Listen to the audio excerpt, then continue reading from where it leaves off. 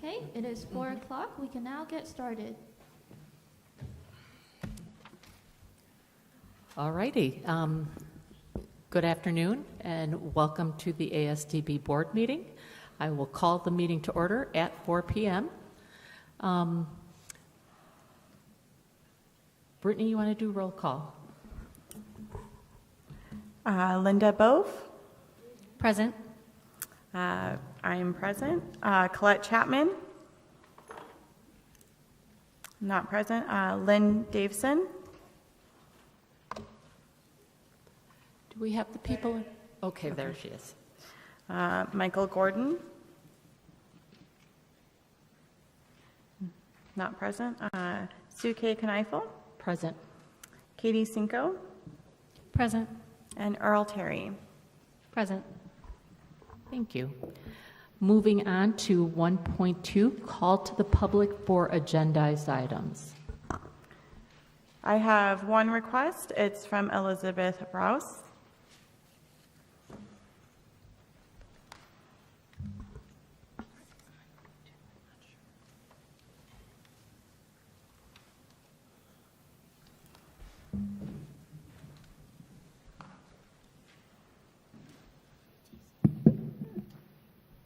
Hello. Thank you for your time today. Hello, Interim Assistant Superintendent Chekhov, Assistant Superintendent Cooper, Superintendent Reichman, Board President Kneifel, and board members. Thank you for having me today, or giving me the time to speak. My name is Elizabeth Brous. I'm a preschool teacher and the president of the Arizona School for the Deaf and Blind Education Association, ASDB. And my comment today is related to agenda item 7.6. So going back in a bit of a timeline, in October of 2023, myself and our, at the time, ASDB President Ted met with the board and Superintendent Reichman in a work study session. And the purpose of that session was to review the history of our education association and to have kind of an overview of what an H policy or meet and confer is, because our education association is requesting that our board create and approve an H policy. So we met in October to discuss that. Then in December, ASDB sent an email to Superintendent Reichman and President Suke, and there we shared documents of other public schools' H policies as an example of what we were looking for. And in that, we included our comments on what we thought would be good for our H policy, and maybe what wouldn't work for our H policy. We also shared information about the California School for the Deaf, their union. And then we also sent a draft of a membership interest survey that we were hoping would be shared. In January, on that same email chain, so January 2024, President Suke indicated that she and Superintendent Reichman would meet with the Attorney General to discuss use of agency resources for these fact-finding things. I then also confirmed that excuse my accent, Washington School for the Deaf, and Oregon School for the Deaf also have unions. We don't have their exact policies. That's been a little trickier to get, but we have confirmed that they also have unions. And then again in March with that same email chain, President Suke confirmed that they had met with the Attorney General's office and that they are still reviewing the use of agency resources for these fact-finding things. Then go to May 9th, 2024 at the board meeting. At the very end of the meeting, President Suke directed ASDB staff to work with ASDB and there was some discussion during that time that we wanted to poll the members of the agency through the ombudsman to develop to see the interest of developing an H policy. A representative from the Attorney General's office was present and was asked about using resources, and again at that time, they noted that they would be following up. So since really October of last year, our ASDBEA, we've been patiently waiting. We've been following up. We've been really asking kind of the same question of like, what can we do? What can't we do? And it seems like we don't have an answer yet. So we are here again, representatives of ASDBEA, still patiently waiting. In the meantime, we have been signing up new members, specifically on the Phoenix campus. We've been having one-on-one conversations about what ASDB EA is, what an H policy is, what do we mean by meet and confer. We've actually been invited and we've been requested to meet with teams throughout the agency to kind of have these conversations. Just today, I had another member sign up. So we've been working while waiting to get some answers on other things. We're excited about what next steps can be in building our relationship with leadership and with the board. And we're looking forward to finally receiving clarification on some of these questions that we have been asking since at least last October. So I'm here today to request a meeting with ASDB leadership and a work study session to be added to the board calendar. Again, thank you for your time. Thank you, Lib.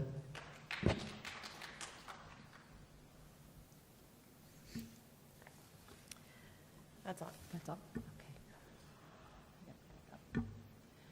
Moving on to 1.3, information item, superintendent's report.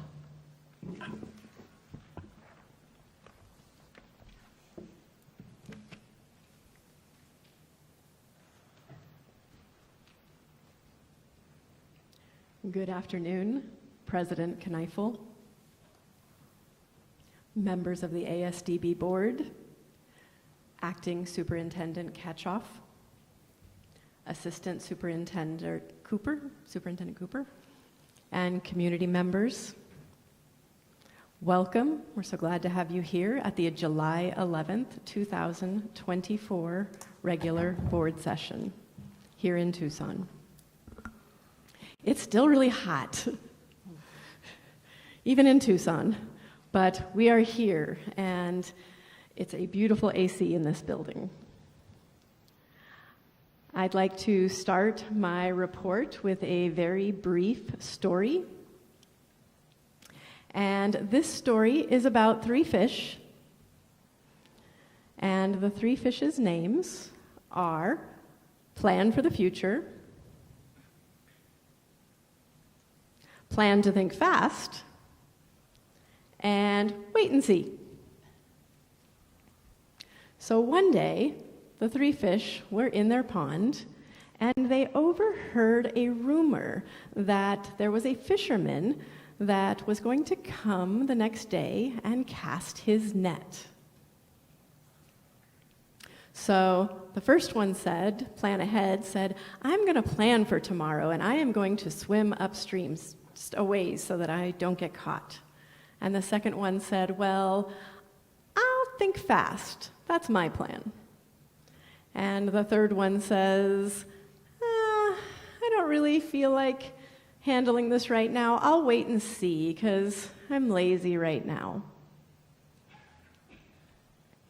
The next morning, the fisherman came in his boat and he cast his net out into the pond and he caught the latter two fish. He didn't catch the plan ahead fish because that fish had already escaped.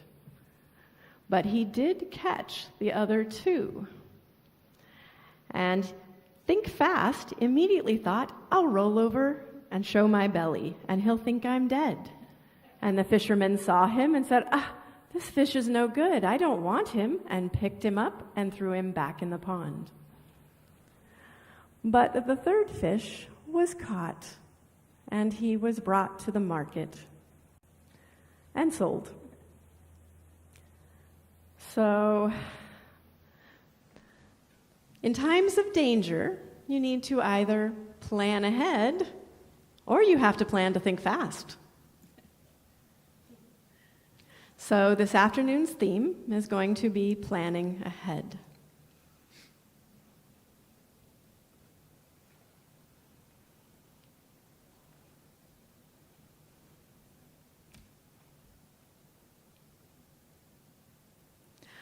I want to remind all of you that the last 2 board sessions, we have been discussing the importance of stability in the organization. And as you recall, that stability in organization gives the staff a sense of predictability, continuity, and a sense of security, because they can predict and know what to expect and what's going to go on in the organization. So when we have that stable organization, and then our leaders are focused on developing the culture of growth and planning for the future. And if you recall, I said at the last board meeting that here at ASDB, we have the foundation for stability in our organization. We have the core values and the belief system, and we have the goal, the vision, the mission. We have our operating policies, that commitment to collaboration and transparency. We have the strategic plan, and we'll be expanding a little on that discussion later. We have recently invested more effort to bettering and clarifying our transparency of communication, and we've been trying to reach out to get more feedback more frequently, to make decisions at the agency level, the big decisions.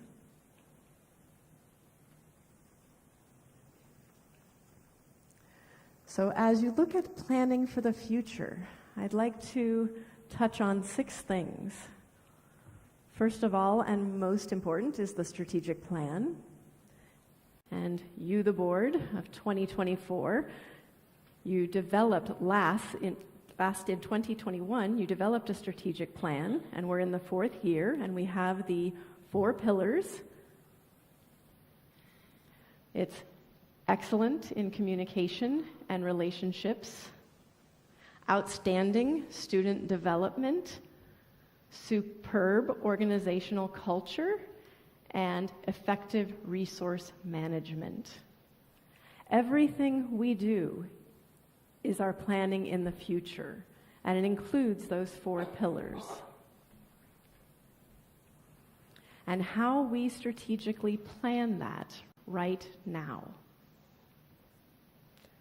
So our strategic plan currently, we're nearing the end of our 4th year, and we've just collected more input for the data, the metrics in the strategic plan. A few days ago, I sent an email with the details to the updated strategic plan report that includes the 2023-2024 data, so that we now have 4 years worth of data in that report. We also have the dashboard, where we have a graph that has beautiful colors that represent the different metrics, and it also includes that 4 years worth of data. And for those of you who are curious and would like to see that, all you have to do is check on our webpage. It's www.asdb.az.gov. And you can see under Board, there's a drop-down menu, and the first drop-down is the strategic plan, and that connects to the updated reports. And then there's also a dashboard. So we are now working on 3 things currently with the strategic plan that are our focus. The first is collecting the data and inputting it for the 4-year report. We are also planning for the final and fifth year of the strategic plan for 2024-25. And we had a steering committee meeting. This was last April 8th, 2024. And that steering committee meeting, we asked the leaders their accomplishments, what they had done in their departments over the last year. And then we asked them to prioritize their goals for the final fifth year. We've collected their prioritization and we're putting it together. Those priorities will become the SMART goals for each of the leaders. And so those leaders will be responsible for focusing on their goals for the last year. And that list of goals is also going to transition and become the foundation for the next strategic plan, 2.0, as we're calling it, for 2025 through 2030. We will, this year, have several significant meetings and discussions about the strategic plan, including our educational team meetings, our steering committee meetings. We will have some town halls. We will actively seek and recruit feedback from the community for the strategic plan. When we have the draft, we will share that for the possible plan for that 2025 to 2030. So you will have the opportunity to review the plan, make edits, and then seek final approval. So that will be the first part of the plan for the future, for planning ahead, and then the other things will follow that. The second thing that we're doing to plan for the future is that we are trying to get Cognia accreditation. And if you remember from 2018, we got advanced accreditation, and that helped us to focus on the instructional curriculum and how we were going to provide the best education we could to our students. And now is the time that we're reviewing the accreditation at the agency level. And so now Cognia is changing their name, and we are submitting the theory of action. It's actually a program evaluation. And so that program evaluation is recommending that not only do we collect the data, that we do really well at the collection of the data, but we still haven't analyzed the data. We're still not using the data to make the data guide our decisions. So we want to analyze the data and use that to steer our change for the agency here. So that's the second part of the Cognia accreditation.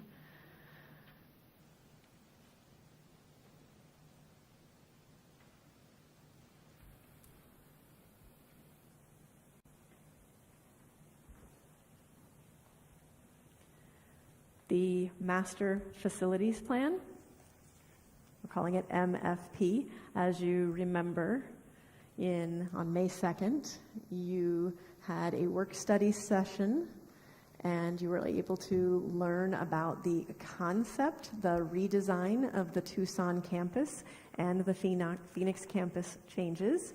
And we had discussions and questions on May 9th that were approved for the concept for the master's facility plan. We're not quite sure about the funding as of yet, but we still have to have the plan. So we do have that now.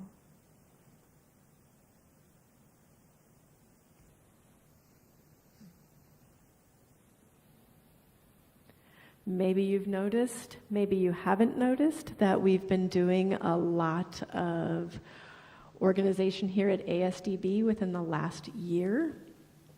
We've added a special ed department, and that special ed department, the roles and responsibilities and the focus on making sure that we are adhering to the IDEA requirements for our students, because we haven't had that focus in the past. Especially the special ed also has the supervising direct responsibilities for our related service personnel, like OT, PT, to have that collective effort to make sure that we are providing the best support to our students. And we've added the CTE, Career Technical Education, on both campuses. They're going to have their own programs on site. They formerly had their own program. So we're focusing on providing transition support for our students in middle school and high school so that they would become ready for post-graduation. We just recently added a deputy assistant superintendent who will be focusing on both campuses, again, to support the instruction and curriculum and behavior, and to analyze all that's involved with providing a great education and support to our students. We are now reorganizing our agency relations. We've had several groups that we are pulling them together now. For example, we have a media and communications department, which before were under the assistant superintendent of agency operations, and that's Assistant Superintendent Cooper. They've been moved directly under me now, and the agency relations specialist is now in the media and communications group. So all of those who are involved with the agency relations activities are now going to be connected directly to me, the superintendent.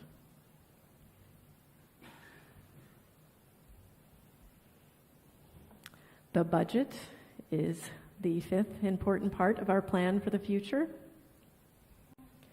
We have well-established budget processes and our budget analysis, and they work with every department and those leaders to solicit feedback on the budget decisions, what they need, what we can provide, what we can't provide, and what resources are available, and how can we collaborate and work together to effectively use our resources.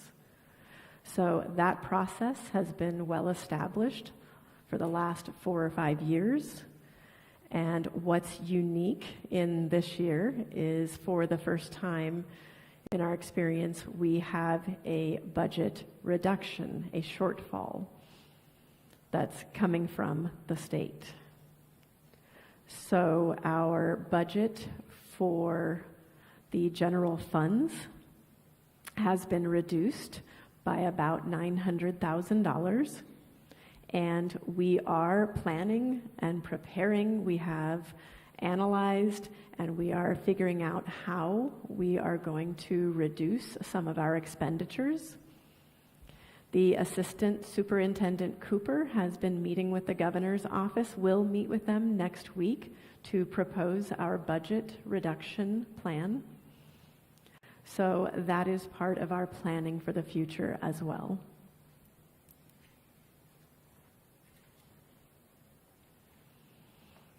The last part is the agency communications. If you recall, in 2023, our ombudsman person, Donna Williams, did a focus group. It was 9 groups that were surveyed about agency communication, and she collected the data and then provided recommendations for how we can improve communications here in the agency. And you remember those 4 recommendations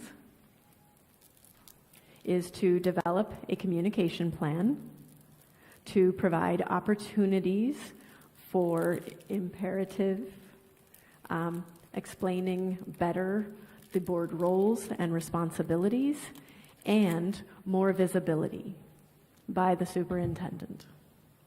Since the last year, we have been actively working, trying to improve that. And you've seen the monthly vlogs that of meetings. I do a summary of the board activities on a vlog, and that's sent out to the agency as a whole. We have more regular team meetings. We have steering committee meetings. We have newsletters. And when something's going on, I am trying to be better at getting that out to the agency-wide. If you've taken the time to read over the most recent work satisfaction survey results in the board materials, you will see that we have had a slight improvement. It is better. When you look at the comments, it says, yes, there has been movement in the agency communication, and we need to continue improving more. I need to be even more visible. I need to be going out there to do more events, activities. I need to take the time to meet with folks, and that will be part of an ongoing interest in improving communications here at ASDB. So we will be monitoring and trying to figure out how within this next year that we are going to continue to improve agency communications. I think one piece is that we will have trainings on the crucial conversations about the other discussions. You might ask, agency communication plan, how is that related to planning for the future? Well, if we are not effectively communicating, then we're not accountable, we're not collaborative, and we're not transparent. So we have to continue to do better in our communications. So that's a really critical point in planning for the future. So in summary, I just want to emphasize that the organization's stability and support and the leaders are actively growing a culture of growth and planning for the future.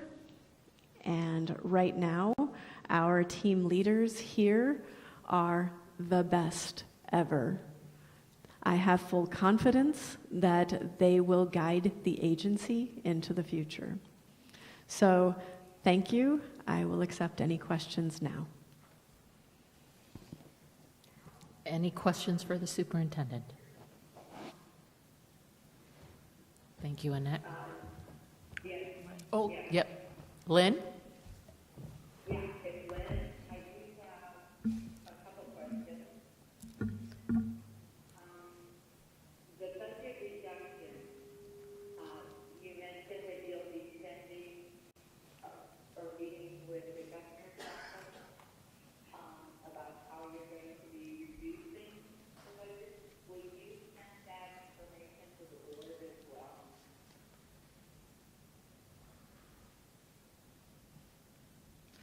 Yes, we can do that.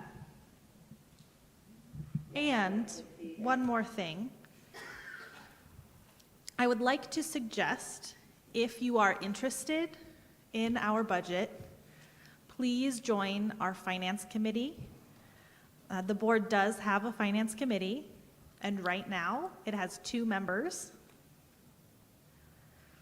Those members are President Kneifel and Board Member Mike Gordon. And we would really like to have one more board member sitting on our Finance Committee, because it is during those Finance Committee meetings where we have discussions of the current budget, where we are planning for the future, making changes as necessary. And so that will give you the opportunity to ask us questions, to look over in detail the fiscal data that we have. Spreadsheets, reports are all provided. So we would really appreciate having more involvement within our Finance Committee. Great. In our agenda, you had included under your superintendent's reports a staff satisfaction survey. I was curious, were all the comments that were listed there, were all the comments that were made on these surveys?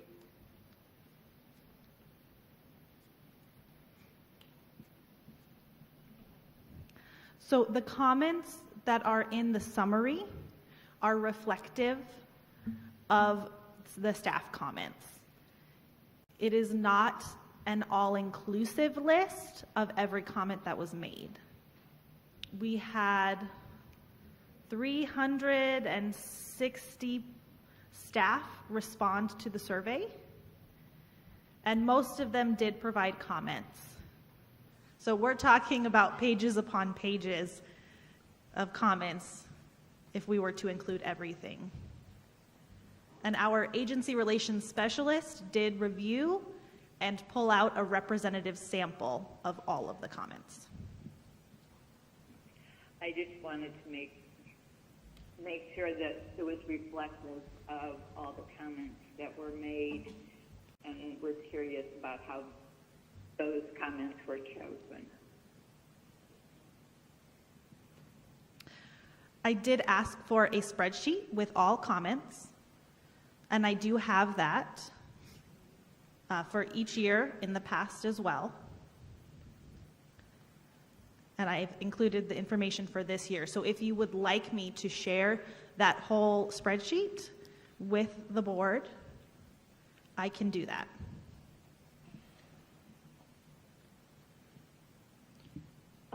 President Kneifel. Speaking for myself, I'd like to see it. A question. I'm not sure about the rest of the board, but thank you. I appreciate it. Linda? Yes, this is Board Member Bove. Related to Lynn's comment, whether, I'm sorry, one moment for the interpreter.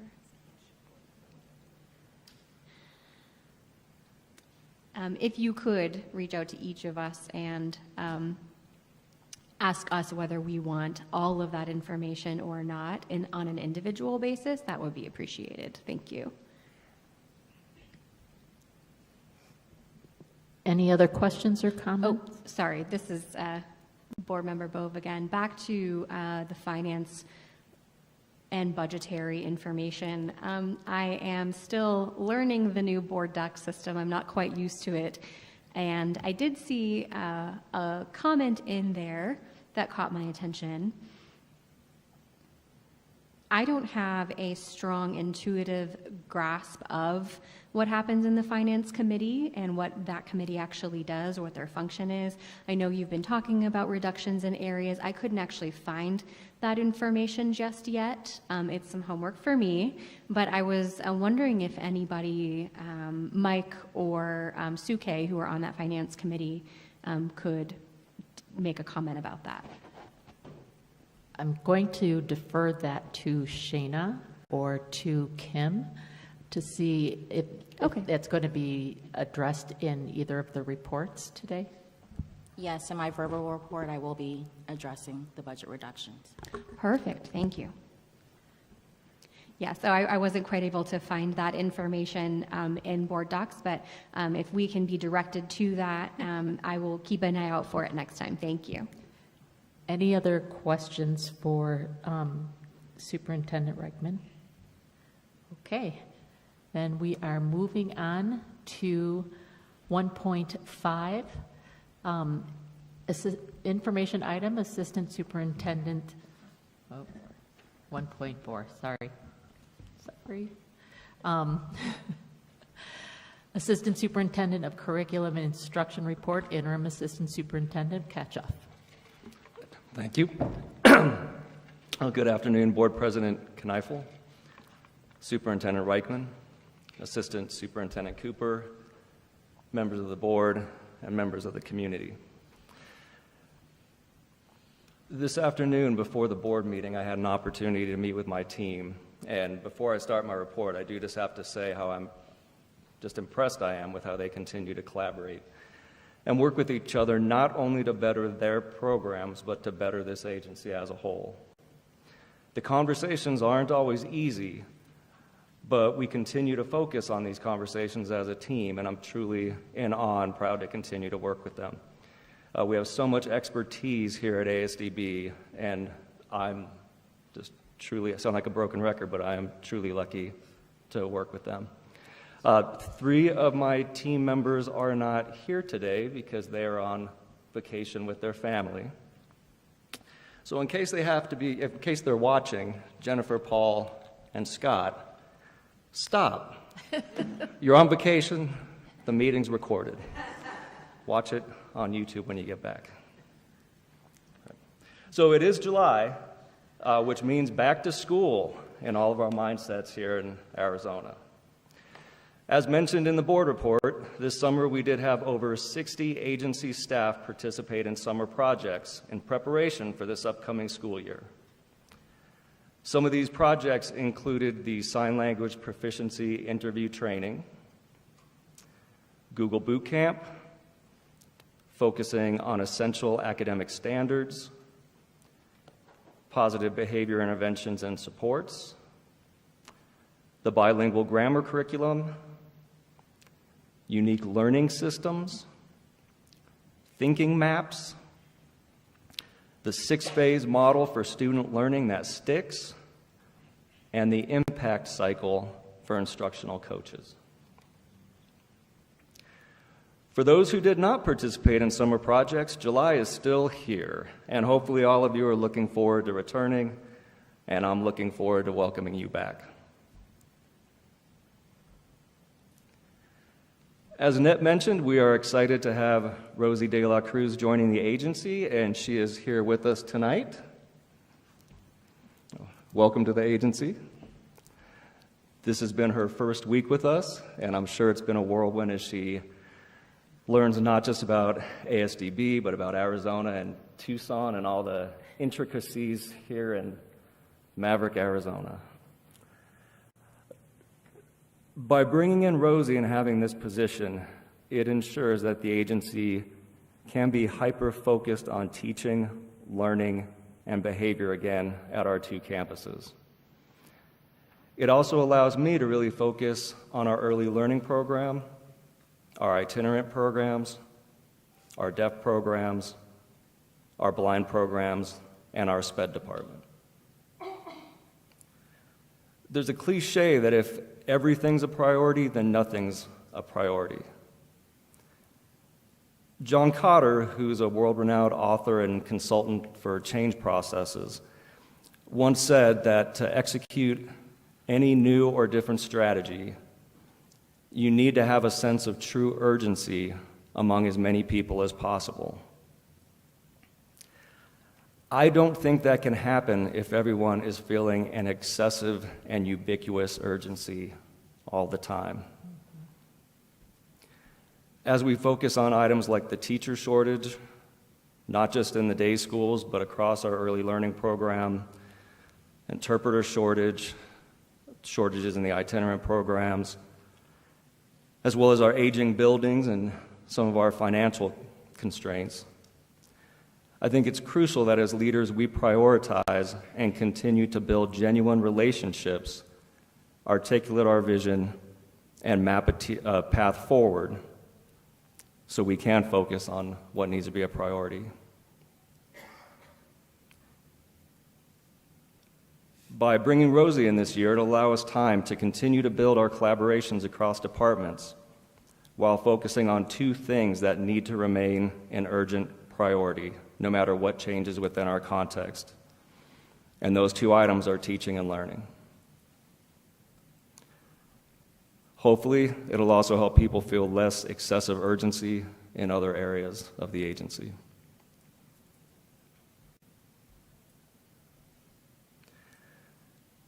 Tonight, we also have on the board agenda a contract for Jason Lilly to be the Director of Itinerant Services, which is a position that we've gone without this last year. The Harvard Business Review states that structural change within an organization works best when it reinforces a company's unique points of differentiation. With the addition of Rosie as the Deputy Assistant Superintendent and Jason Lilly as the Director of Itinerant Services, these changes as we plan ahead do reinforce our unique points of differentiation. In my personal opinion, it also creates an opportunity that for the first time in a really long time, it allows this position the opportunity to understand what's happening in our ELP as we have supporting leaders in other parts of the agency that can continue to be innovative during this pivotal time.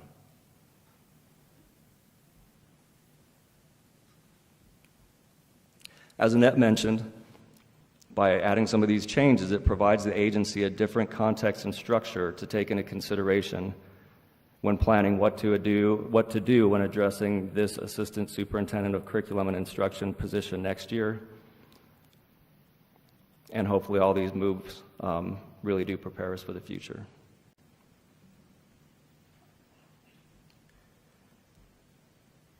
In closing, in looking at the staff satisfaction report, I think there's a lot of data there that we can build upon for the satisfaction to continue to increase in the agency, and that there's a lot of comments for us to take into consideration. As we had the highest participation rate in at least 4 years, and I want to reiterate that because I think it's important, we had the highest participation rate in at least 4 years. I hope that that high response rate is a sign that the agency is collectively increasing trust among all employees, and I do want to thank all of you that did take that survey. One item that caught my attention on that survey was the issue of ASDB being top-heavy. I kind of went down a rabbit hole with that, and I tried to start collecting data on it because I do feel it is something that we should try to quantify as the agency moves forward. In the board docs, there is a document, and it's really just the first attempt to compare ASDB to other schools for the deaf and the blind in regards to upper administration. I do want to state that this is just the start of trying to collect this data. As you all know, different schools have different names for different positions, so it is kind of difficult to do an apples-to-apples comparison. That said, upon the initial look at the data, when compared to other schools, especially with similar student numbers, I would say that the data shows that at this moment we are not top-heavy. I did exclude some of our upper administrative positions in that report because it only included our preschool and day school numbers, so I did pull out the itinerant directors when running those numbers. As we look toward the future strategic plan, if this sort of data is important to the board, as well as ASDB staff and the constituents, this could be something that we add to that plan and come up with a more refined way to collect it in the future. Thank you all. You have my board report if you have any questions. Any questions? I appreciate the rabbit Yes. hole you went down. This is, Go ahead, Lynn. this is Lynn. Just a question. I appreciate the top-heavy data that you got. Could I, not speaking for the rest of the board, a list, it said that there were 22, I believe, administrative positions. Could I get a list of what those upper administrative positions are? Yes. That'd be great, thanks. Yep. Shana and I worked in that in collaboration, but we can make that available. Thank you. Also, in your report, I saw the MAP scores from PDSD. I couldn't find any from the Tucson campus. Correct. We do have those for the Tucson campus. They were not included in the report, and we can definitely include those in the report for the next board meeting. Just curious, I want to keep check on the progress of the kids and how we're doing. Well, we can do that. And, if you recall, prior to COVID, we used to have a board meeting where the ODD director would go over the MAP scores and talk about all that. I would like us to bring that back, because I think that's important information, not just for the board, but for the community. Right. Thank you. Thank you. Any other questions? Okay. Moving on to 1.5, information item, Assistant Superintendent of Agency Operations and Support Services Report, Assistant Superintendent Cooper. Good afternoon, Board President Kneifel, Superintendent Reichman, Acting Assistant Superintendent Katchoff, members of the board, ASDB community, and staff members. In support of ASDB's priorities, most of the work the Agency and Operations Services team does is tied to Pillar 3, superb organizational culture, and Pillar 4, effective resource management. As Superintendent Reichman briefly discussed, an update on where we are both at on pillars has been included in the board materials.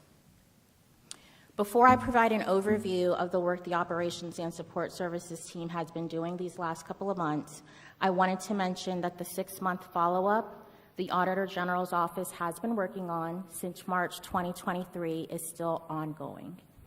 They had many staff changes that delayed them getting our 6-month report to us, and they continue to work on reviewing the implementation status of the 8 audit recommendations presented in the performance audit and sunset review report, which was released in September 2022.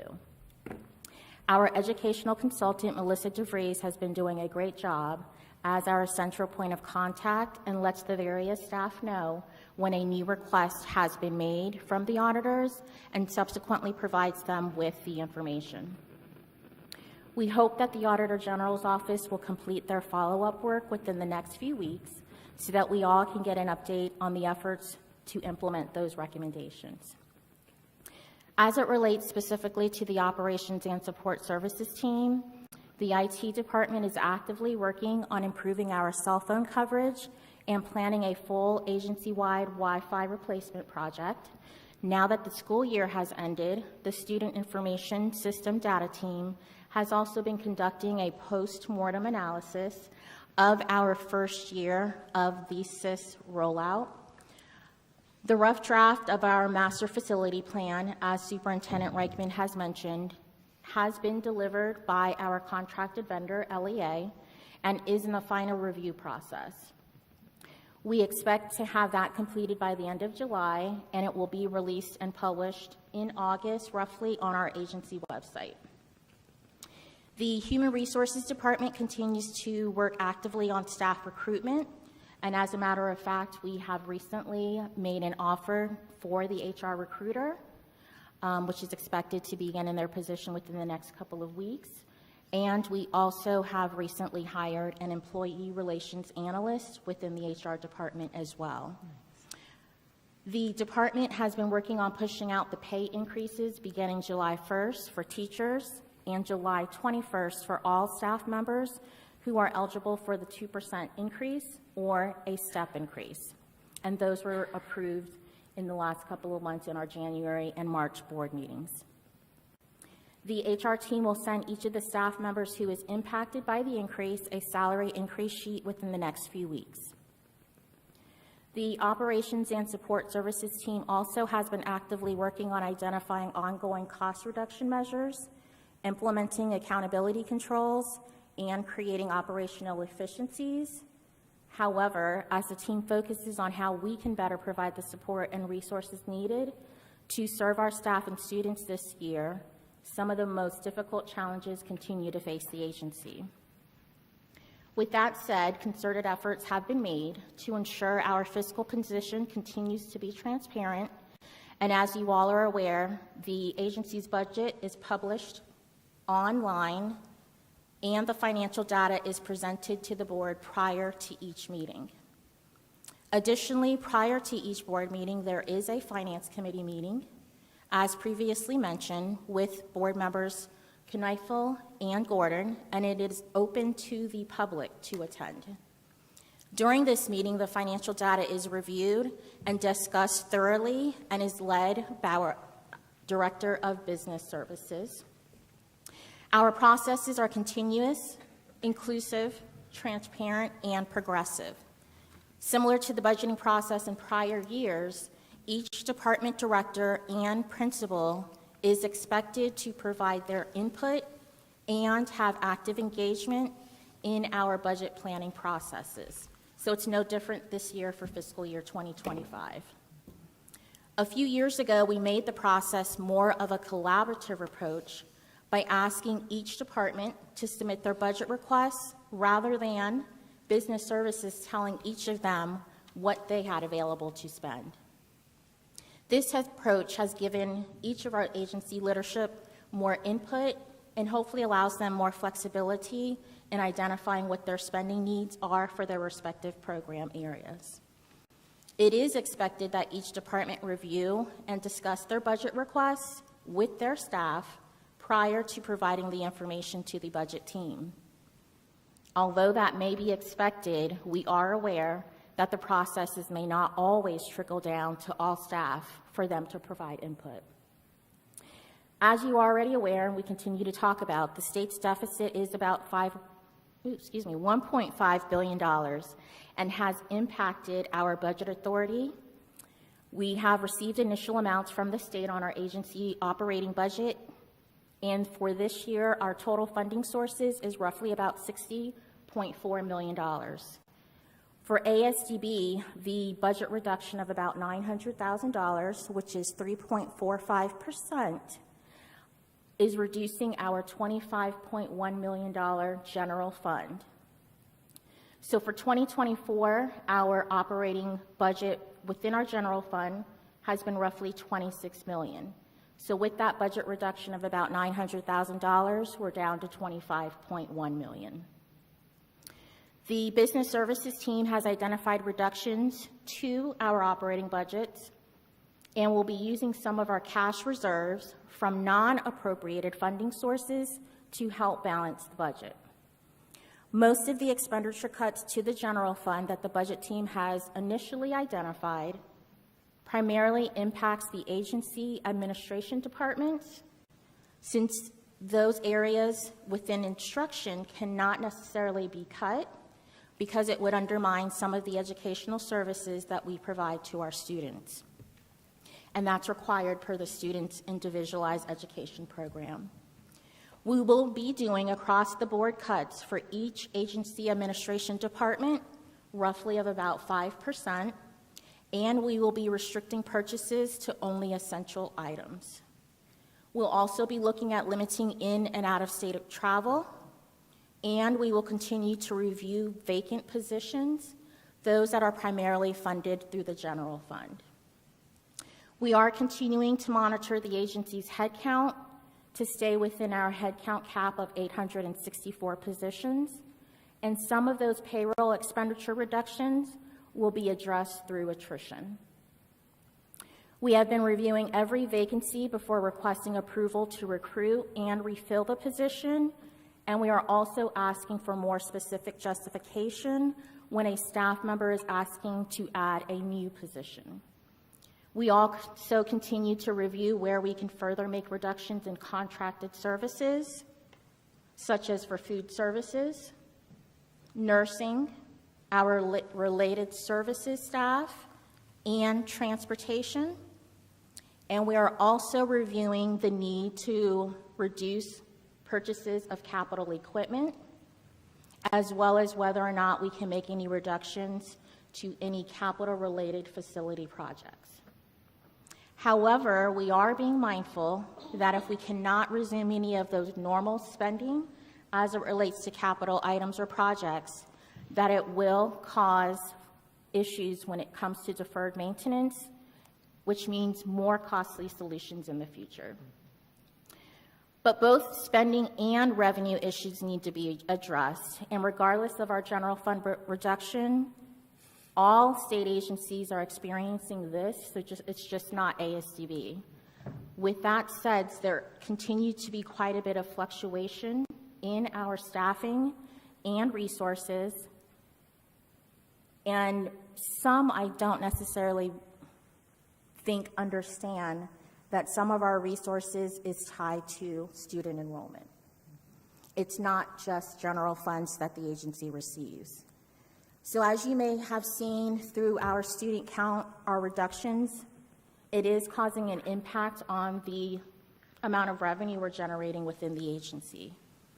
On top of that, we're also experiencing inflation. Inflation is impacting all of us, and it's also causing issues for the agency. So with that said, it's hard to really try and compete when we know staff are asking for increases. We try to stay within and be competitive. When we're looking at inflationary increases, we see utilities increasing, purchase services with our vendors have also increased, as well as supplies and materials. At the same time, we're also experiencing existing gaps in the special fund, the special education program funding when it comes to the state of Arizona. So it's hard to really kind of compete with other schools for the deaf and the blind that are outside of Arizona for various reasons. As you all know, we're unique. I like to say we're a unicorn. So at a lot of times, we do have students that require one-to-one needs. That has also risen quite a bit in the last couple of years. So we do try to make sure we maintain and stay within the available resources to us. It's not just our financial resources, but our personnel, our facilities. But understanding all of that, we do not get fully reimbursed for all of our services. So while the reductions this year may not be pleasant, regardless of the specific circumstances, it is more difficult and challenging for all of us to stay within our budgetary limits. So we need to be mindful of the new program and service initiatives and take a step back and gain a better understanding of what current programs and services we offer in order for us to continue to be more effective for our students. I've mentioned on several occasions we're going to be forced to make those hard decisions. However, we need to make sure that we're minimizing the direct impact for our students, and we are trying to do just that. The new fiscal year began on July 1st. The team is actually working to finalize those budgets, so hopefully each department will get their budgets and may see some budget reductions as we work on finalizing that, which is due to the state on September 1st, actually September 3rd, given the days. We have not yet identified whether we will submit any specific decision packages. We are currently having those ongoing conversations to determine if we need any additional assistance with funding. And I know that staff are concerned about the agency budget reductions, and that's understandable. But I do want to reiterate that our commitment is to mitigate the impact on our student learning. And although the financial condition of our agency may not be as favorable as it has been in the past, we're making every effort to support all of our strategic priorities, and we will make every effort to be collective and be more transparent. And at this time, I don't have any additional information to share. Any questions?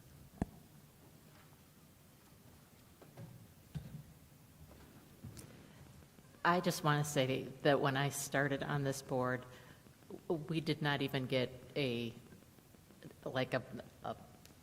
cash budget sheet, anything. So it is far more transparent than it has ever been. And I would encourage anyone who wants to learn more to participate and observe the Finance Committee meetings. And I'm going to put in another plug for board members to join the Finance Committee. Thank you. I appreciate it. I know that this is a struggle. Being in a state agency, I'm right there with you. All right, moving on to 2.1, action item, approval of the consent agenda consistent with board policy to include items 3.2, 3.3, 4.2, 5.1, 5.2, 6.1, 6.2, 6.3, 7.3, 7.4, and 7.7. I will entertain a motion. This is Lynn. I'd like to pull item 6.2. 6.2. Okay. I will entertain a motion for all others without 6.2.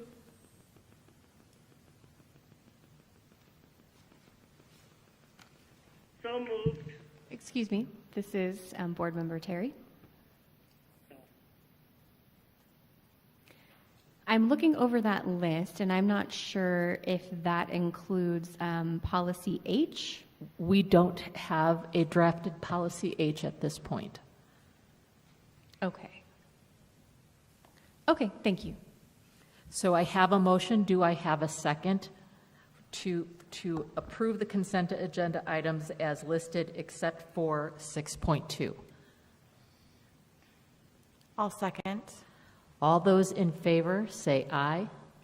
Aye. Aye. Aye. Opposed? Board Member Senko, I oppose. Motion carries. President Kneifel, just a moment. Yes. This is Board Member Terry. May I make a suggestion in terms of how the meeting is run? When you're asking for a vote, can you make eye contact with us over here so that we have a moment to catch up and make sure we know that the vote is coming? Yes, of course. Thank you Absolutely. so much. Okay.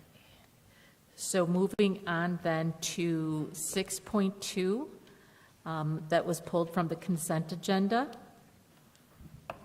President Kneifel, 3.1. Oh, I'm sorry. Totally missed that.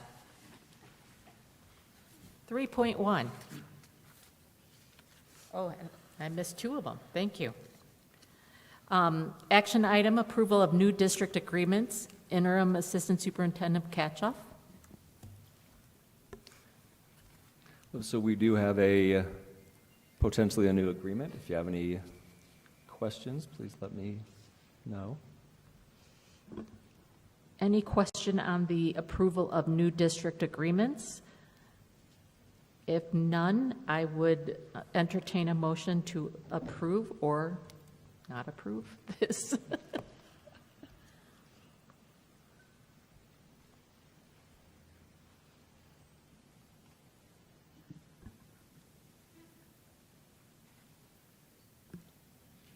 This is Board Member Terry. I would like to make a motion to approve 3.1. Board Member Terry has moved to approve. Do I hear a second? This is Board Member Senko. I second. Lynn, did you have a comment? a question. Oren, do we have the staff? I know that we put a lot on hold, and just want to make sure we have the staff to provide these services. Yes, so at this point, we do have our waiting list, which we started last year.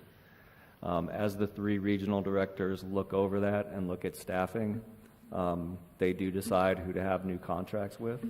And I defer to them that when they say that we can take on a contract, that they have identified the staff to be able to provide the services. Great. Thank you.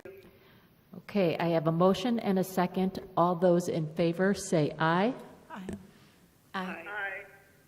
Opposed? Motion carries. Moving on to 4.1, information item, finance report. Kim Bittrich, Director.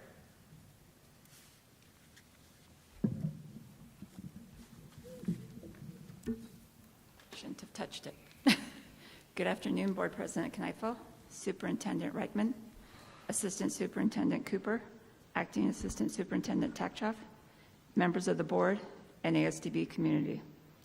You have been provided with our most recent board report that covers the financial data for May 2023. Excuse me, I apologize for interrupting. This is Board Member Bove. Can we ask the speaker to speak at a more moderate pace for the benefit of the interpretation, please? Slow it down a bit for us, Kim. Absolutely. Thanks. Thank you. When it goes that fast, it's hard to track. It gets a little bit over my head there. We don't want that to happen. Thank you, Kim. Sure.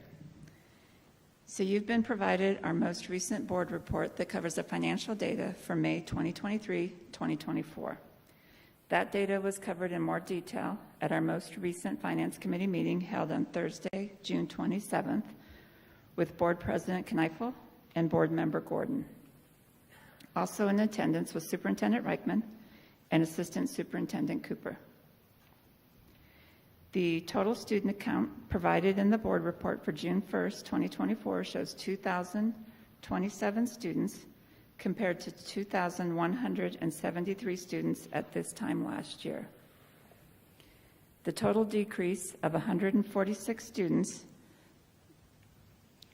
the locations where the student count has decreased are PDSD of 32 students, regional cooperatives by 74 students, preschool by 50 students, which includes a decrease of 11 students at the Foundation for Blind Children, and this is all offset by an increase at the Tucson campus of 7 students and an increase in Birth to 3 by 3 students.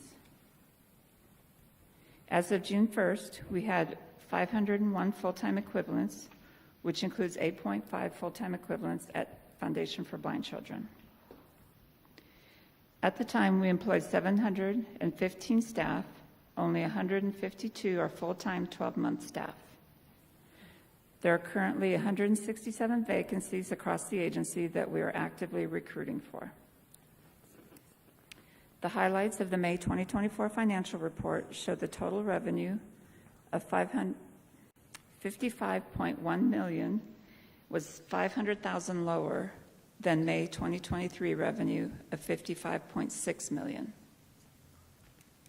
The major difference is in the decrease in the receipts of the fee-for-service revenue. The invoices were sent to the districts for the services provided to students through the itinerant program at the end of May. We started receiving those payments in June for these invoices. The budget fiscal year 2023 obligated expenses of $59.2 million were $3 million less than the budget fiscal year 2024 obligated expenses of $62.2 million. The increase in payroll of $1.5 million is due to the salary adjustments and minimum wage. The professional and outside services increase of $1.4 million is the contracted nurses and related services staff and contracted transportation services. Travel increased $221,000. That includes increased student travel, professional development for staff, and an increase in other operating expenses of $600,000 from increases in the fee for vehicle maintenance. If there are no questions on any of the information provided, this concludes my report of the agency's financial status. Kim, I do have a question. Sure. If my math is right, with the vacancies and the FTEs at Foundation for Blind Children, I'm counting 774. But I heard that the cap is 864. Are we looking to hold that at the 774? So the vacancies of 167 and the 715, that's actually it's over the 864 head count. How did I get the? Sorry. We have 501 FTEs? Those are FTE, but the head count is actual staff count. Okay, gotcha. So that's where the difference is, yes. Gotcha, okay. Thank you. No problem. That clarified for me. Are there any other questions for Kim? Yes, this is Board Member Bove. Thank you, President Kneifel. I'm not much of a math person myself. I'm not super adept at numbers. They make me a little nervous. So I'll just go ahead and ask. We've talked about a decrease in number of students, a decrease in enrollment, and that is impacting the overall budget. Hopefully you know what I'm getting at here. So we have these positions to fill, but do we need to fill these positions as our student numbers are decreasing? I'm trying to envision how the student enrollment is impacting budget and vice versa. If we're depending on enrollment numbers to increase our revenue, but our enrollment numbers are decreasing. So do you understand what I'm getting at here? I do. Hopefully I'm clear enough. Yeah. I do, and I believe the HR department is working with the departments at their vacancies to make sure that those vacancies are still needed positions, and if not, they will no longer be posted. And they're also reducing, if they have 6 vacancies of one position, they're going to be reducing the number of postings for that position until they're filled, and then they'll post them again. Yes, I'm also looking at the enrollment numbers as well that you mentioned are decreasing. Students have left for various reasons, both in campus-based programs as well as itinerant programs, slight increase in Tucson programming. How is that impacting the budget? So that reduces our voucher income and our fee-for-service income based on the students and their needs. So it does not impact the general fund, but it does impact those other 2 appropriated funds.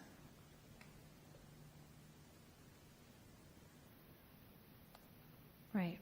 And in addition, it also impacts our classroom site fund because that is based on the student count as well.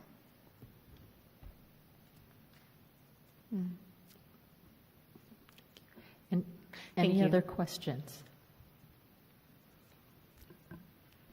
Thank you, Kim. Thank you. Now I think we're on 6.2. Yes. If you, the board, would like to have a discussion about Jason Lilly, you can go into executive session. This is Lynn. I pulled this item. I have no issues with Jason. I just was unaware that we were reestablishing the Director of Itinerant Services.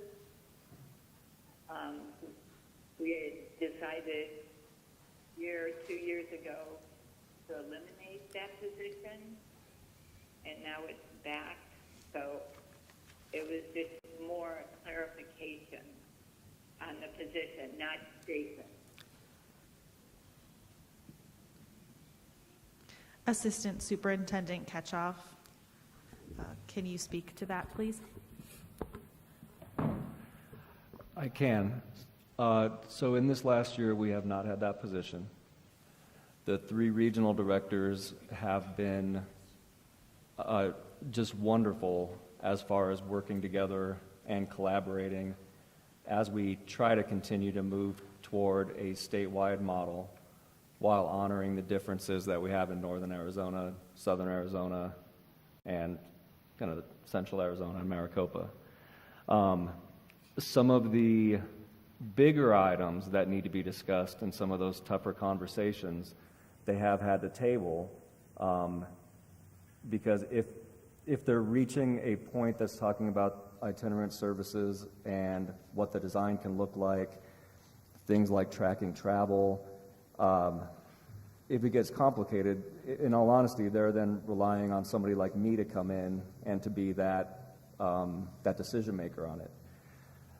Itinerant services is complicated, and asking somebody who doesn't have granular detail on that to make a decision, I think is problematic.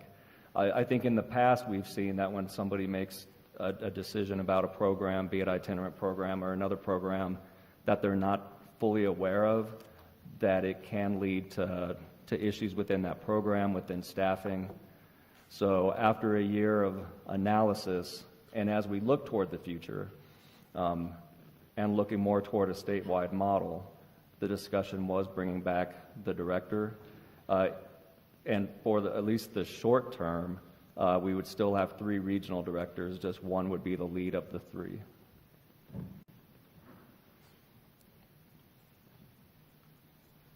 Thank you. Any other questions or further discussion needed? I would entertain a motion.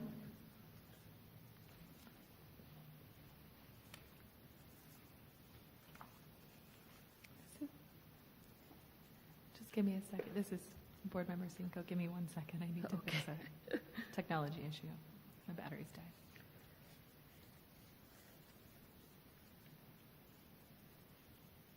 Any motion, or even to go into executive session to discuss further?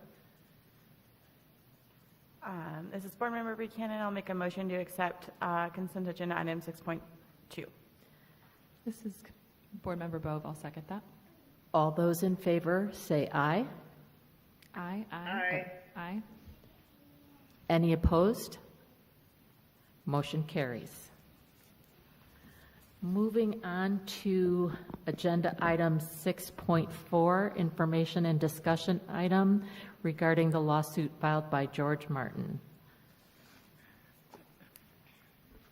All right, for 6.4, we'll be going into executive session pursuant to ARS. You have to get a motion. Oh, sorry. I need a motion to go into executive session. So moved. This is Board Member Bove. I'll move to have go into an executive session to discuss 6.4. Do I have a second? This is Board Member Cinco. I second that. All right. All those in favor? Aye. Aye. Any opposition? Aye. I'm sorry, Lynn. I cut you off. Aye. Okay, thank you. All right. Now you get to read your...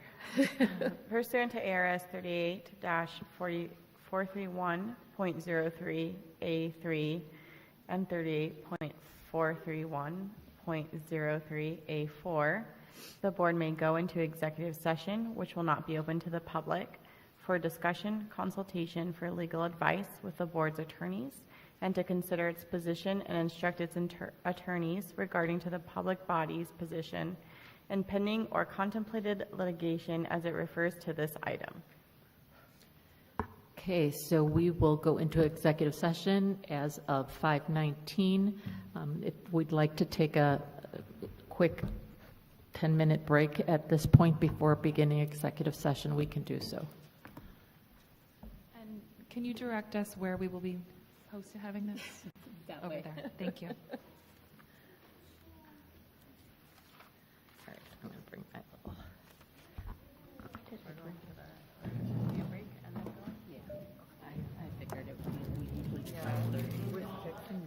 Oh.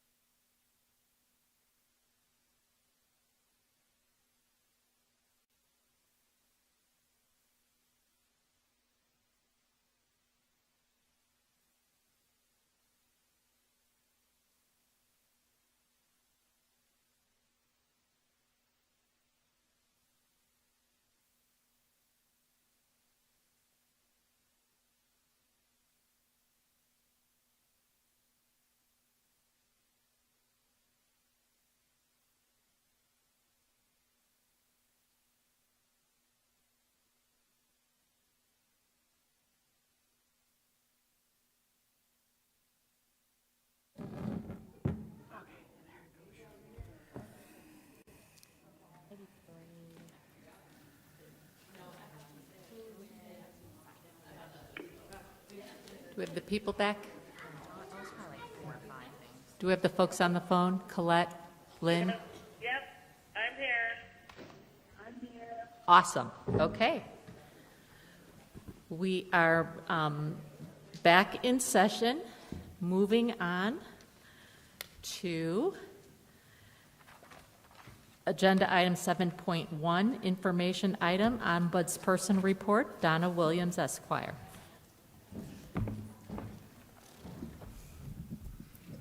Hopefully this will behave. Okay. Good evening, everyone. Board President Kneifel, board members, Superintendent Reichman, Assistant Superintendent Cooper, and Acting Superintendent Ketchoff, and the entire ASDB community. I'm Donna Williams, your ASDB Ombudsperson. As many of you may recall, last year, about this time, I was before you reporting on the results from the first round of focus groups, convened to elicit feedback from staff on how we can improve agency communications. Over the past year, Superintendent Reichman and the leadership team have been using these findings from the first round and working diligently to develop a comprehensive communication plan for ASDB.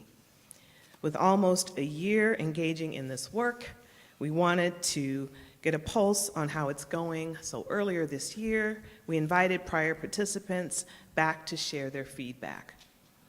My report this evening represents a summary of the 60 pages of raw data received from participants during the second round, and some recommendations for next steps. The participants during this round of focus groups shared their impressions of both the successes and opportunities over the past year. These outcomes can be used as a basis to implement additional strategies aimed at improving ASDB's overall communication posture. Just a reminder of kind of the 4 areas that we were focused on last time and then making improvements in over the past year.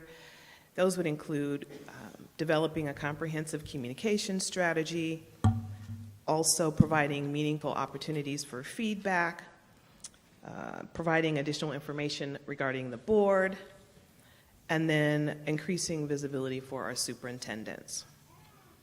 So first up is comprehensive communication strategy. So the overall sentiment that was communicated is that communication has improved, and that's good news. Participants frequently pointed to the increased email traffic, the board meeting summaries, newsletters, blogs, and content videos as examples. Most agreed there has been an improvement with the overall timely sharing of relevant information. Some areas of opportunity. Teachers and itinerant staff in particular still feel uninformed and left out of the overall communication strategy. They do have unique communication needs that they believe are not being fully addressed. Receiving timely responses back from email communications continues to be an ongoing issue. Participants agreed that more information is being shared, but also felt that there's still a lack of transparency about how and why decisions are being made. There were indications from participants that communicating with HR and IT is still challenging in terms of knowing exactly who to contact and being able to get consistent and accurate information back. The next category, meaningful opportunities for feedback. Overall, most participants were very happy with their immediate supervisors and team members. Supervisors are meeting more regularly with staff and maintaining an open door policy. Some areas of opportunity include teachers shared that they feel that there's no direct path to get their concerns heard and addressed. They feel isolated in their classrooms. Participants also felt a disconnect between decision-making at the leadership level and what their needs actually are. Participants expressed more interest in having meaningful opportunities to provide feedback before major decisions are made that impact their work, expressing that providing feedback after the decision is not very meaningful. And then for the board, most participants share that they are not as familiar with the board and its function as they would like to be. Some expressed concerns about the board's knowledge of ASDB operations and the various components. Many would like to see more information about individual board members and their role on the board. Some participants pointed out that the website is not kept up to date with the latest information about board members, including their pictures and bios. Many participants want information about board do's and don'ts, especially as it pertains to contacting board members and open meeting laws. Participants also expressed a desire to see board members interacting more with staff, students, and parents in more informal settings. And then finally, superintendents and their visibility. Some participants agreed that Superintendent Reichman has been more visible, but did question the nature of her visibility at times. Some participants have even expressed that Acting Superintendent Ketchoff's visibility has been appreciated, his commitment to checking in on staff on both campuses and out in the regions, and attending staff meetings and school events. The participants who know Assistant Superintendent Cooper find her to be very knowledgeable and personable. They agree she needs greater visibility in Tucson and in the outlying regions. Some areas for opportunity: greater visibility with teachers, students, and parents, attending more school events, performances, and activities, and then spending more time in the outlying regions. So based on the feedback shared by participants in the follow-up sessions, I'm making some recommendations that represent potential next steps that can be taken to address the concerns that were shared. I've also taken into account that ASDB is continuing to develop and establish a comprehensive communication plan to address many of the concerns that have been identified through this process. Decisions about which recommendations to explore may depend on the required amount of time and resources for implementation, as well as what is already being planned downstream. So with that in mind, and looking again at the communication strategy, which will be designed to include protocols, responsibilities, and frequency for agency communication to ensure greater transparency, inclusiveness, accessibility, and accountability. So first and foremost, continue building upon the communication plan. Consider providing guidance to managers and supervisors on what to share and when, ensuring accuracy and consistency across the agency. Include opportunities for training and skills development in areas such as facilitation and crucial conversations. Engage teachers and itinerant staff about their unique communication needs. Build in accountability measures for when staff fall short, meet or exceed expectations. Consider creating performance metrics. Consider creating instant feedback opportunities for staff following interactions with ASDB departments, such as how did we do, and those types of instant surveys. Ensure the communication methods are accessible to all staff with a focus on the deaf, hard of hearing, and visually impaired. And then regarding meaningful opportunities for feedback, these include major operational or policy changes impacting staff jobs before those changes are contemplated. We talked before about creating a feedback culture. While staff will not weigh in on every decision being made, creating space for dialogue and collaboration can build trust for the times when they're not involved in the decision making. Provide feedback training and resources to staff and supervisors, like crucial conversations training. Create opportunities for staff to provide feedback on major changes in policy or operations before those changes are contemplated and certainly before they're implemented. And then create opportunities for anonymous, one-on-one, and 360 performance review feedback processes. And regarding the board, we talked about creating a one-pager and/or a video about the board, its members, its role and purpose. Talk about open meeting laws, eligibility requirements, and the appointment process. provide greater clarity on how staff can communicate with the board outside of board meetings, keep the website current with information about the board and its members, create opportunities for board members to engage with staff, students, and parents in more informal environments when appropriate. And then finally, visibility for our superintendents. Ensure that visibility is meaningful and creates opportunities for engagement and connection with staff and students. Managing by walking around is a strategy that aims to bring managers and employees together, breaking down boundaries, improving communication, and giving leaders an accurate picture of daily operations. This produces better informed decision-making, as well as greater productivity and employee morale. Connect with staff in the outlying regions more regularly. Plan to visit and support more student performances and events. And just a side note on visibility, ASDB as a school is a little different from traditional schools. District superintendents are rarely seen on school campuses. That's just not a thing. Mainly because they're usually housed somewhere else. They're not even on school campuses. They're at a district office. And so that may not be a distinction that we want to make for this agency, but if it is, then we should probably set some expectations around what visibility looks like. Because the work of visibility on traditional schools is really relegated to principals, and we do have those here as well. So just throwing that out there as food for thought. All right, so overall, the feedback received from participants about the process was very positive this time as well. They are encouraged by the progress the agency has made since the last round of focus groups and believe we are moving in the right direction. Several also shared that progress has been slow, as progress tends to be. Along with progress, participants also identified a few setbacks, highlighting the need to strive for greater consistency and accountability. That concludes my report. Happy to answer any questions. Thank you. Any questions?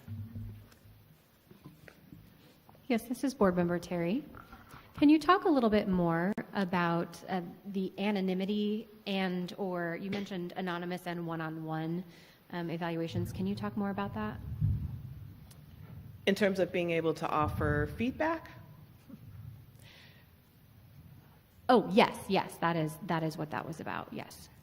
So both during the first round of focus groups and this round, there's still this perception that when staff offer feedback, it's not anonymous. That even in the employee surveys, there's somehow a way for people to identify who submitted the comment. And so one of the things we tossed around was having a separate computer or a bank of computers where people could come in and voice their opinions on an IP address that's not associated with them personally, for example. We also talked about suggestion boxes, right? Just something centrally located where you write something down on a piece of paper, fold it up, put it in the box, and that creates a layer of safety as well from being identified. So those are the kinds of things that we've been tossing around, and we'll see what sticks. Thank you. My pleasure. Any other comments or questions? Yes, this is Board Member Buchanan. Don, I just wanted to say thank you so much for doing all of this legwork for us, and I appreciate knowing what everybody out there wants from us, what they need from us. I liked your comment about, how district superintendents are never seen, but our agency is asking not only for ours to be seen, but they want that position present within daily operations. I think that speaks to our agency, even though we are large and we're quite spread out over this entire state, that we still feel small and we still feel engaged enough that we want that, and we want to be next to our leaders, and we want our leaders to understand. Well, I guess I say we as I'm them. I don't mean that, but I understand. I just I think that speaks a lot to what kind of family that we have here at ASDB, and I know I'm happy to be a part of it, and I'm happy to give of myself as a board member to be a part of that. Thank you for your service. And I wanted to add a thanks as well. I really appreciate, first of all, the depth of this, and I really hope that in some way these types of focus groups can be ongoing. I really like the fact that they're comfortable and are opening up and having these kinds of discussions, and I love some of these ideas. I hope that we can make them come to fruition, especially with like the board and stuff like that. I'm all for it. So thank you again. Absolutely, my pleasure. All right, moving on to agenda item 7.2, information and discussion item, introduction and possible discussion of policies ACB and GBAB. Maria Murphy, Director of Policy and Government Relations. Good evening, Madam President, members of the board, Superintendent Reichman, Assistant Superintendents, staff, and members of the ASDB community. You have before you the red lines of policies ACB, ACB-R, which is a regulation for your information only, GBAB, and GBAB-R, again, a regulation for your information only. These policies were revised in close contact and at the advice of the Arizona Attorney General's office. They were presented to the board for your review. They have also been posted to the public website. At this time, I have not received any comments or questions from the public, but I'd like to make myself available for any questions at this time. Any questions? And this is first read. We'll see this again. Yes. Okay. Anybody on the phone? Okay, thank you so much. Thank you very much. Moving on to agenda item 7.5, proposed date change of the September 12th, 2024 regular board meeting to September 19th, 2024. Superintendent Reichman.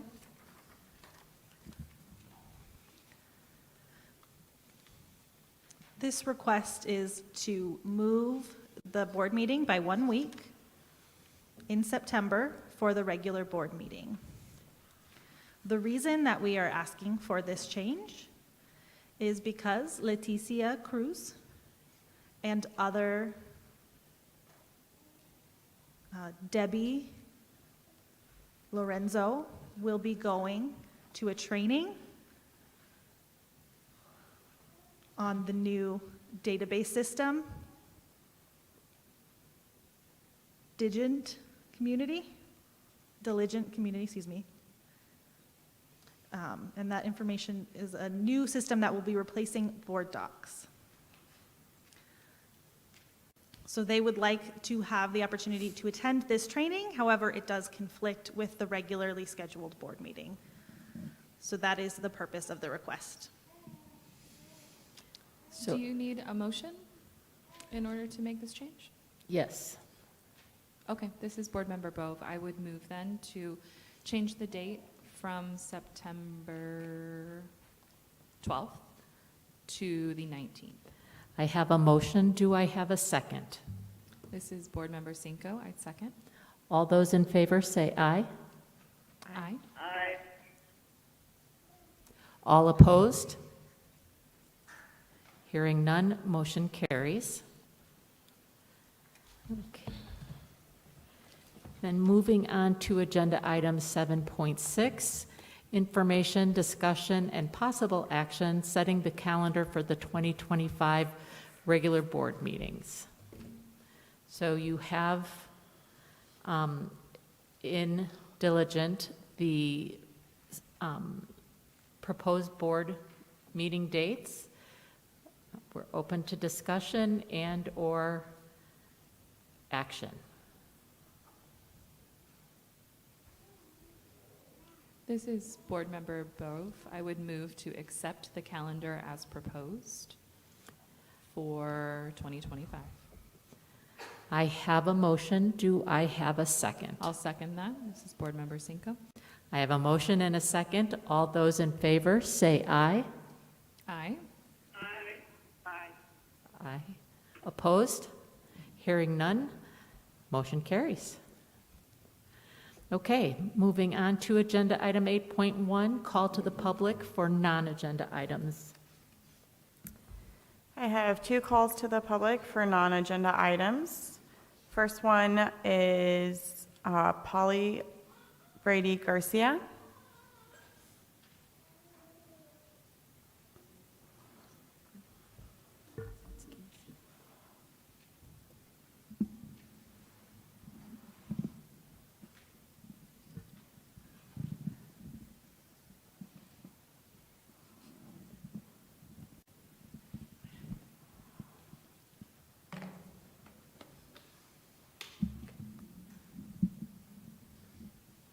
Don't need that. It is cold. Right before this meeting, my teeth were chattering. I thought it might be beneficial to bring blankets to pass out to the folks who are also chattering.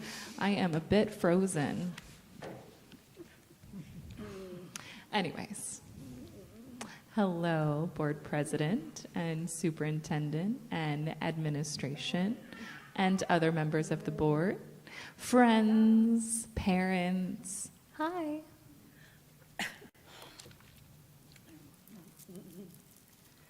I just have some comments that I would like to share with you all. My name is Polly.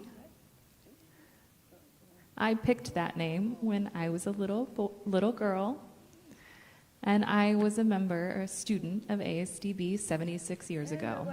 Yes, I'm old. Anyways.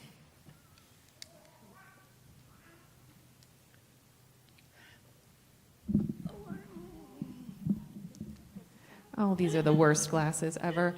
Okay, I would like to share with you 2 things regarding the Sunset Report, and then also the Master Facility Plan.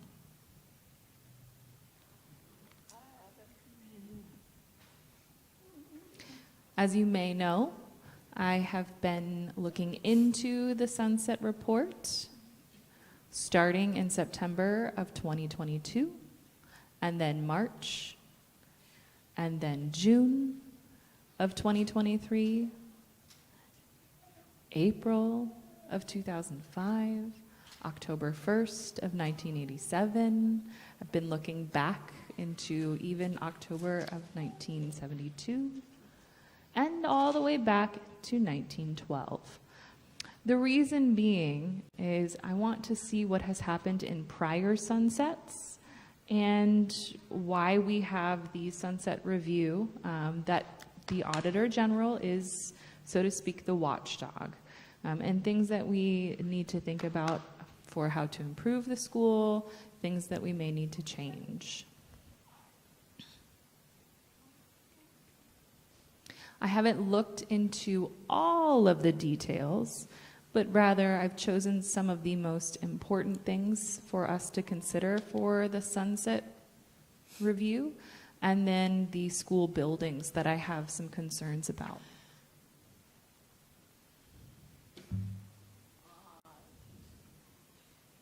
Personally, I think that the superintendent and board needs to be very careful in their analysis and decisions on which buildings need to be renovated, shut down, repurposed, or rebuilt.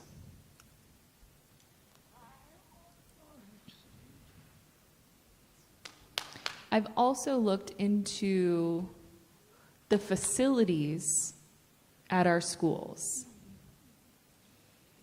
I think that the board should do that as well. You know that our classrooms need to be comfortable and accommodating for children. If students are overcramped in their classrooms, it will have a direct impact on students' emotions and behaviors and can cause frustration in the classroom and other problems. We need to make sure that the size of our classroom is appropriate so that our teachers are not struggling with students in their opportunities to learn. People who are planning for the future and our future classrooms need to take into account the behaviors and emotions that may be triggered from a small classroom that is overcrowded. I know what I'm speaking of as someone who struggled in an overcrowded classroom, and we need to make sure that we reduce that emotional dysregulation in order to help them succeed. When our children start having emotional dysregulation and they can't control themselves, learning will stop in the classroom.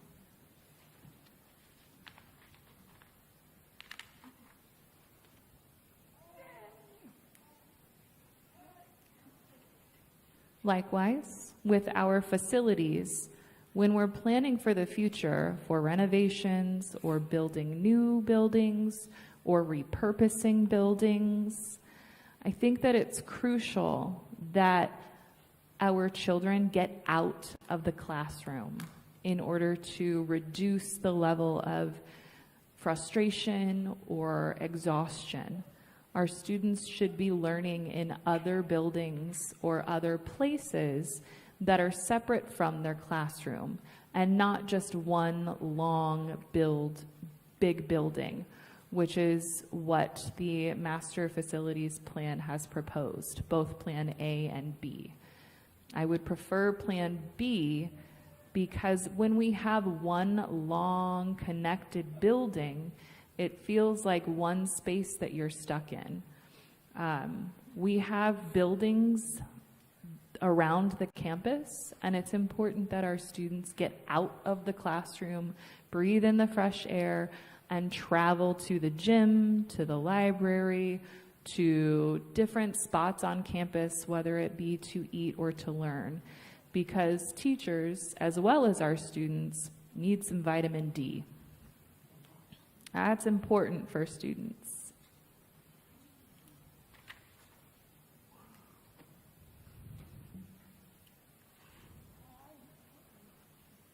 I have carefully read the Sunset Review, and one thing that struck me was the amount of vacant buildings and what we should do with those vacant buildings. And one point that a legislator made that I don't like this particular legislator, but she had a valid point that we have a lot of vacant buildings on the campus, that we need to think about what we are doing with those buildings on campus. I don't like the idea of having land blocked off of what Albert showed us, that we reduce the acreages to match what PDSD is doing. I don't care about PDSD. I know they're small. I've been there at the last meeting, and holy smokes, you guys, I couldn't believe that they had a 2-story building. The Sunset Review said that our fire drills, potentially that wouldn't work. I don't know how kids would be able to get out of a 2-story building safely. Well, just like here at ASDB, I was informed by security that our fire drills, when they get out of the building, they said, oh, well, you don't have to come out during a fire drill. And I said, well, that's just silly. It's a school policy. I have to exit the building for reasons of safety during a fire drill. I took a look, and our blind students were happily walking down the path. And Albert said, well, this is a new path for our blind students who are going to the gym. and Albert walked along with them. Is that a school rule that students are allowed to just walk wherever on campus?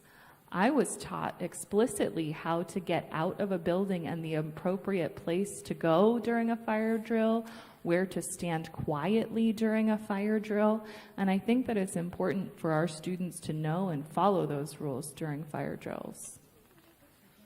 I am concerned about the future planning for the facilities. And I know that our budget has been cut or is decreasing.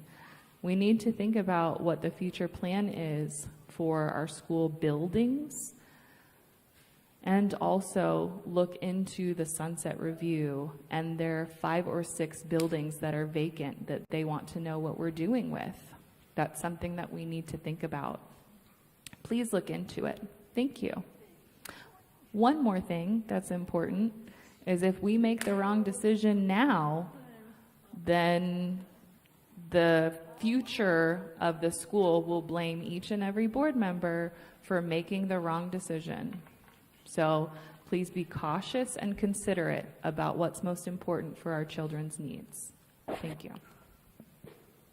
Okay, sorry. Next I have Casey Hassett.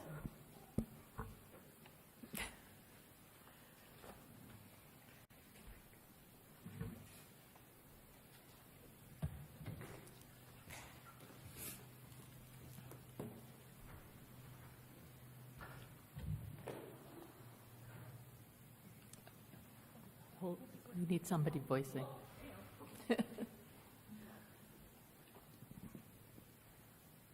Thank you, everyone. My name is Casey Hassett. I identify as deafblind. I have 2 roles. I am the deafblind coordinator for the Deafblind Retreat of Arizona and the Southern representative for the Arizona Association of the Deaf. For the past year, I have been watching your meetings and have not seen a whole lot of discussion on or about the Deafblind Project. I have heard that we have more deafblind youth, with most of them being served at PDSD. I have a question for the board. What is your vision and plan for the Deafblind Project? For your support of the Deafblind Project? I'm looking forward to knowing more. Thank you.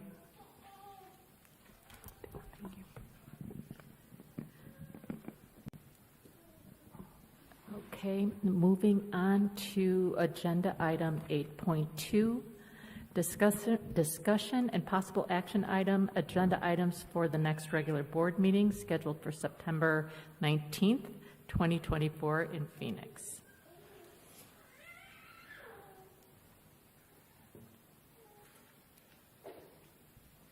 This is Board Member Bove here. I also would like to know more about the ELP, the Early Learning Program, and their focus and their work. This is Board Member Cinco. For the next board meeting, I would like to hear more about what Casey just talked about, what the Arizona Deafblind Project has been doing, and it's been quiet. You're right. This is Board Member Terry. I would like to continue the dialogue with staff and hear their feedback. I don't know if we can continue with an age policy. Thank you. Anybody else? You can always reach out to Annette or I if there's anything else you'd like to see. Moving on to agenda item 9.1, action item adjournment. This is Lynn. Yes, Lynn. I move. Let's see, what did I say? I have a. I'll second that. I have a motion and a second. All those in favor say aye. Aye. Aye. Aye. meeting is now adjourned at 6:29 p.m. I want to thank everybody for coming out. Thank you so much.